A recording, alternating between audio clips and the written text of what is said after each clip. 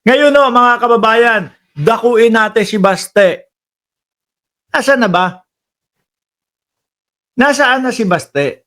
Hindi, seryoso, ang tanong ko, nakauwi na po ba si Baste? Kasi 'di ba sabi niya, Tuesday, Wednesday is pwede na siya? Nakabalik na ba si Baste? Wala akong balita. Siguro ano, hindi muna magsasalita si Baste, mga bossing.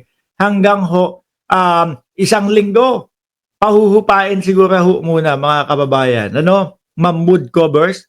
Pahuhupain muna siguro mga kababayan ni Baste Duterte yung issue ng missing boksingero. 'Di ba? Grabe. Ang topic natin ngayon, sabi ko, yung congressman na tumatalpak doon sa loob ng kongreso. Yun yung topic natin, mga bossing. Tapos, ang mukat-mukat nyo sa akin, hinahanap nyo yung missing bonjingero. Baka nagpapalamig pa. Mainit pa ho mga bossing. Sayang ang tato. Diba? Ngayon eto, dahil sa kaduwagan po ni Baste Duterte, mukhang yung mga fans club na ni Baste Duterte, mga bossing, ang humahanting kay Sangkay Janjan. Oho! Di ba balitang-balita si Sangkay Janjan, mga kababayan? Balitang-balita po si Sangkay Janjan, mga bossing, na sabi ni Sangkay Janjan, si Baste Duterte ang kauna-unahang Bisaya na duwag. Yun yung sabi kasi ni Sangkay Janjan Ngayon po syempre, mga kababayan, alam nyo naman po ang mga DDS. Agad-agad po ipagtatanggol po yung mga idol nila. O kagaya nito, astronaut pa ang hinayupak. Sabi, ayan, tingnan nyo, nag-post si Sangkay Janjan. Kita nyo? Sa kaduwagan ni Baste, mga supporter na niya ang nag-e-effort makipag-boxing sa iba. Pinapakita talaga nila kay Baste na mas matapang sila. Hayop to si Sangkay Janjan, ang lakas mong asar, ano? Talagang wala na. No, durog na po yung Baste Duterte. Ito sabi nitong isa nito, ano pangalan? Palautog, anak ng tinapayan. Si Palautog, sabi, kita, nalay sumbagay, boss, meet up pa. Dris, Davao, mukhang gusto makipagsuntukan. Kesang kay Janjan. Ano? Tingnan nyo ho. Sabi ko sa inyo, yung mga Bisaya, matatapang ho. Pero, si Baste, mukhang hindi ho. Sabi ni Sir Bugi Arellano, Mark, may jet lag pa yung missing bonjingero. Galit na galit mga kapwa niya. Alam nyo ho, mga kababayan, mga boss chief amo, sir, sabi ko nga ho sa inyo Sabi ko ho sa inyo, mga bossing, yung pinagdaraanan po ng pamilya Duterte, mga kababayan, yung pinagdaraanan po ng pamilya Duterte, mga boss chief amo, sir, na, kumbaga, si Torre ang mismong nagpakulong. Si Torre ang mismong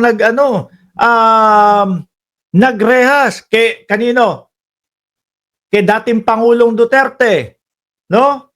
Kay dating Pangulong Duterte at kay doon sa best friend niya, si Buloyski.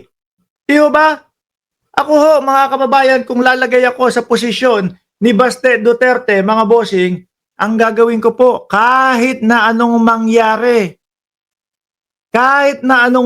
mga boss chief amo, sir,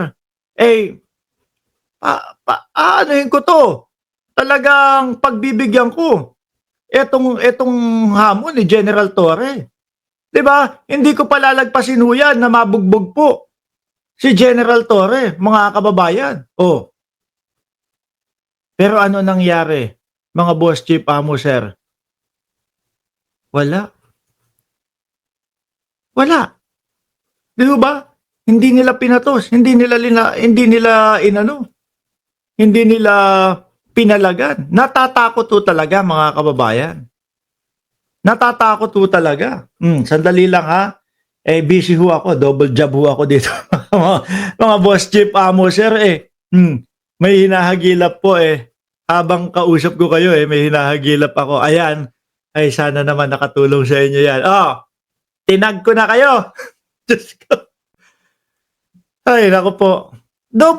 Mga kababayan, yung gigil na gigil po sila kay General Torre, palalampasin mo itong boksingan na ito? Hindi! No, sasabihin ko doon sa mga kaanak ko, doon sa mga mahal ko sa buhay na kasama kong mag-Singapore.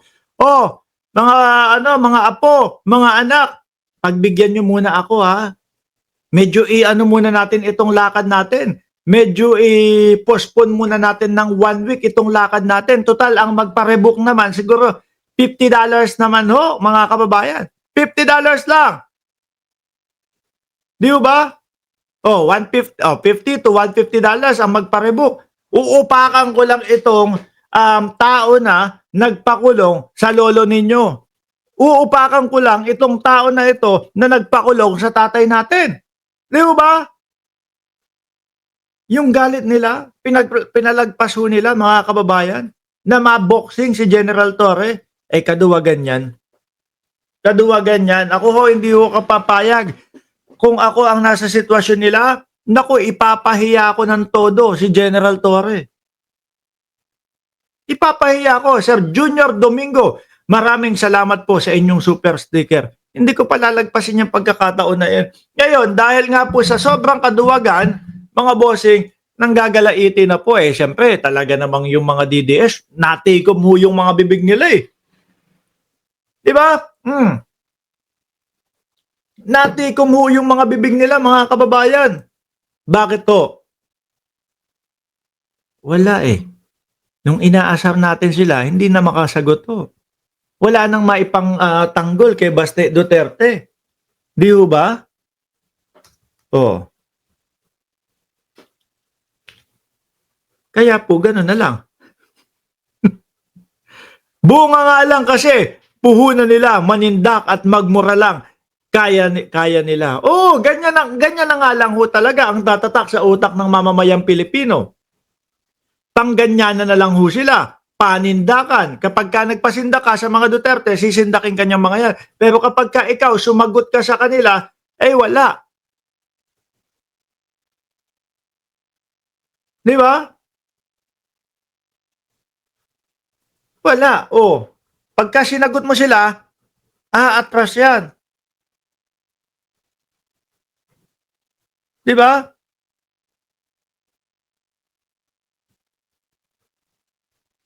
Dali Oh. Ay, naku po.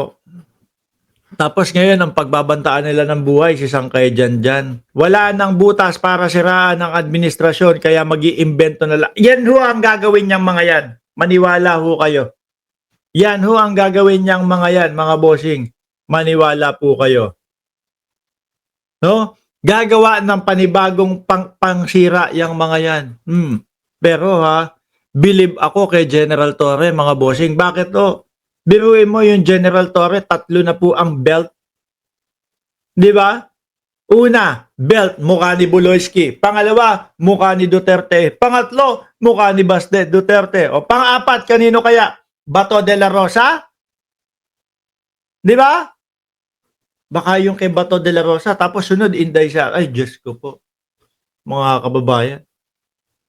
Mga ano po, bigatin po yung accomplice ni General Torre At yun nga, 'di ba? Sabi niyo Mark, binate ni Pangulong Bongbong Marcos si General Torre. Oh. Binate. Kinongratulate pa ho sa SONA, mga kababayan. Biruin mo, nakakahiya. 'Di ba? Nakakahiya, mga bossing.